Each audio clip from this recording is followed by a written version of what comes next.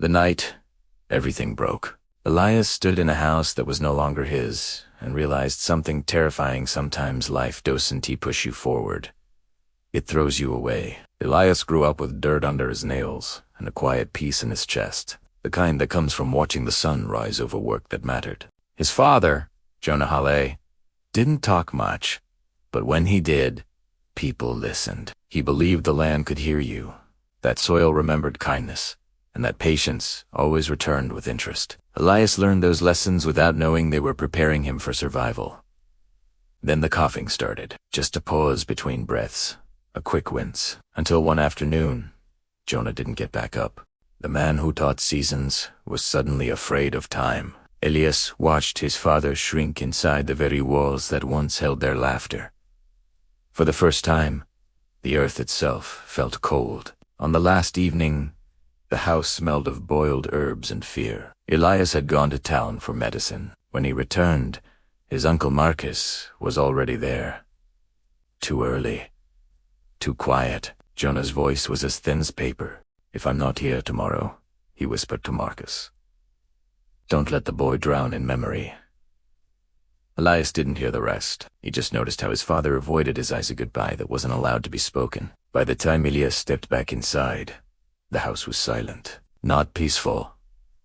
Empty. Marcus stood near the bed, his hand shaking. "He's gone." 3 words. That's all it took to erase a lifetime. After the morning, after the prayers, after everyone went home, Marcus unfolded a document.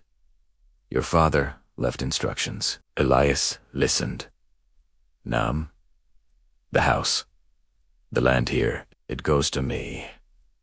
Silence. "You," Marcus continued, "were meant to take the northern plot. The abandoned ground beyond the ridge." Elias laughed once, a broken sound. "That land is dead." Marcus didn't argue. Betrayal doesn't need a defense when it has paperwork. People whispered. Some warned him to fight, but Elias only remembered his father's steady, honest hands. If this was a lie, it would be the first Jonah Hale ever told. So Elias packed what little grief allows. A photo, a blanket, and a sliver of hope. And he walked away from everything that felt like home. The northern plot wasn't land. It was punishment. Cracked earth. No trees. No water. No mercy. Elias sat in the dust until nightfall, pressing his father's photo to his chest. "You didn't send me here to die," he whispered. "So why does it feel like it?" At dawn, an old woman appeared with a basket. No questions. No pity. "Eat," she said. Dreams collapse when the body does. She studied him for a moment, then smiled. "You've got your father's eyes. The kind that don't quit, even when they should." Before he could ask her name, she was gone, but her words stayed. Elias tried to hire help. Men followed him until they saw the land. Their laughter echoed, "This place eats effort," one said. "Even heaven avoids it." They left. That night, Elias stared at the ground and felt smaller than ever before. Then he remembered his father's voice. "When no one believes in you, work anyway." So he dug, hands bleeding, back screaming, day after day, nothing.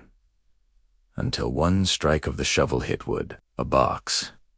Inside was a letter from a man he'd never met. "My sons," it read, "if you're reading this, it means someone had the courage to stay." It spoke of the land's secret, not gold, but knowledge, blueprints for irrigation, methods for survival where others had failed.